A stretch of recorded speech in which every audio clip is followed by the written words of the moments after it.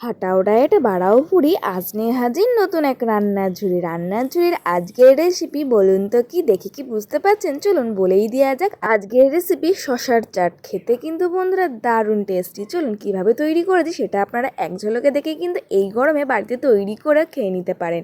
তো প্রথমেই দেখতে পাচ্ছেন আজকে আমাদের লাগবে মেন উপকরণ শশা, যেটাকে কিন্তু ভালো করে ছুলে নিয়েছি এবং দুভাগে ভাগ করে নিচ্ছি।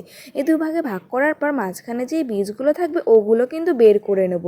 আর হ্যাঁ, এইগুলো বের করে দেবো মানে এই নয় যে এইগুলোকে ফেলে দেবো, এইগুলোকে বের করে এগুলো দিয়েই কিন্তু আজকে চাটটা তৈরি করব। আর এটার টেস্ট কিন্তু পুরোপুরি পাপড়ি চাটের মতন। আপনাদের বাড়ি যদি পাপড়ি চাট না থাকে আর যদি পাপড়ি চাট খেতে ইচ্ছা করে তাহলে কিন্তু এরকম একটা রেসিপি অবশ্যই ট্রাই করে খেতে পারেন। তো আমি কিন্তু শশার মধ্যে থেকে বীজগুলো সুন্দর করে চামচের সাহায্যে বার করে নিয়েছি। এবার কিন্তু এই বীজগুলোকে সুন্দর করে কুচি কুচি করে কেটে নেব। আর এই কেটে নেওয়ার পরেই কিন্তু এইগুলো দিয়ে পাপড়ি চাটের মেন উপকরণটা আমরা তৈরি করে নেব। আরও লাগবে কিছু কিছু উপকরণ, যার মধ্যে লাগবে পেঁয়াজ, তারপরে লাগবে লঙ্কা, তারপরে লাগবে গাজর, তারপরে এখানে আমি দিয়ে দেবো টমেটো।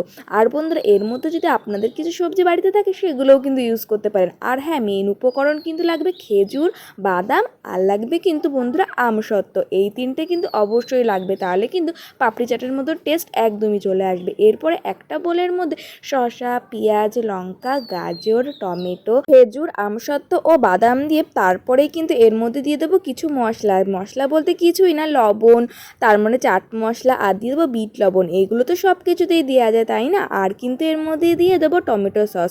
তারপরে কিন্তু ভালো করে মাখিয়ে নিয়ে আজকের আমরা চাটের যে মেন উপকরণ সেটা কিন্তু পুরোপুরি তৈরি করে নিয়েছি। আর হ্যাঁ, একটু গার্নিশিং করার জন্য আমি এখানে মেয়োনিজটা তৈরি করে নিচ্ছি। আর মেয়োনিজটা একটা পাইপিং ব্যাগে ঢেলে নিচ্ছি। আর এটা কিন্তু পুরোপুরি অপশনাল, আপনারা চাইলে দিতেও পারেন না দিতেও পারেন। যদি মেয়োনিজ না থাকে তাহলে কিন্তু আপনারা টমেটো সস দিয়েও সুন্দর করে গার্নিশিং করে নিতে পারেন। চলুন এবারটা সুন্দর করে শসার মধ্যে পুরগুলো ভরে গার্নিশিং করে নিই। প্রথমেই যে শসাগুলো আমরা তৈরি করেছিলাম তার মধ্যে মেন যে উপকরণটা সেটা কিন্তু আপনারা সুন্দর করে দিয়ে দিচ্ছি। এরপরেই কিন্তু আমি এর উপরে দিয়ে দেবো চানাচুর। আর আপনারা চাইলে চানাচুরের বদলে ভুজিয়া দিতে পারেন। আমি যেহেতু ভুজিয়াটা অতটা পছন্দ করি না, এর জন্যই কিন্তু আমার হাতের কাছে যেহেতু চানাচুর ছিল তাই কিন্তু আমি এখানে চানাচুর দিয়ে দিচ্ছি এবং ওপরের দিক থেকে একটু মেয়োনিজ দিয়ে আমি সুন্দর করে গার্নিশিং করে দিচ্ছি। আর মেয়োনিজের পরে আমি এখানে দিয়ে দেবো আমসত্ত্বর কিছু টুকরো, যাতে একটু মুখে পড়ার সাথে সাথে না টেস্টটা আরও দ্বিগুণ বেড়ে যায়।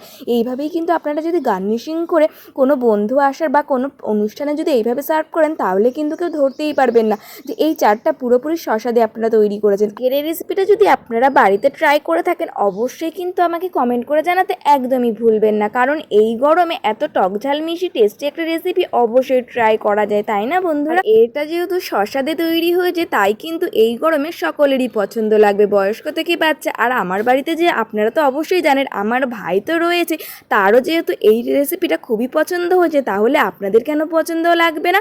যেহেতু বাচ্চারা সেরকম কিছু কিন্তু অবশ্যই খেতে চায় না, কিন্তু তাদের কাছেও কিন্তু এই রেসিপিটা দারুণ লেগেছে। আজকের জন্য এইটুকু, টাটা।